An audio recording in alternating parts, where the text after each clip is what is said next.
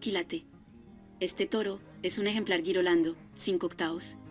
La fecha de nacimiento fue el 23 de marzo del año 2016. Su propietario es José Renato Chiari. Como padre tiene a Biujón Monterrey y madre a Origen da Centrogen FIV C2545. Como abuelos paternos tiene a Desue Kamem Sekuchen 1174 et Ipinetr 2149 Robst 4846 et. Como abuelos maternos a Teatro da Silvania FC 383 y Organza 3 Silas Q 2070.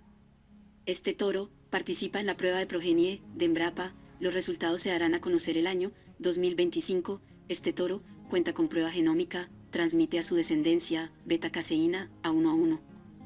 Por sus diferentes características, la raza Girolando muestra un buen desempeño como ganado doble propósito, tanto en trópico bajo como medio. Si quieres adquirir la genética de este toro, en la descripción del video te dejaremos los datos de contacto del distribuidor autorizado.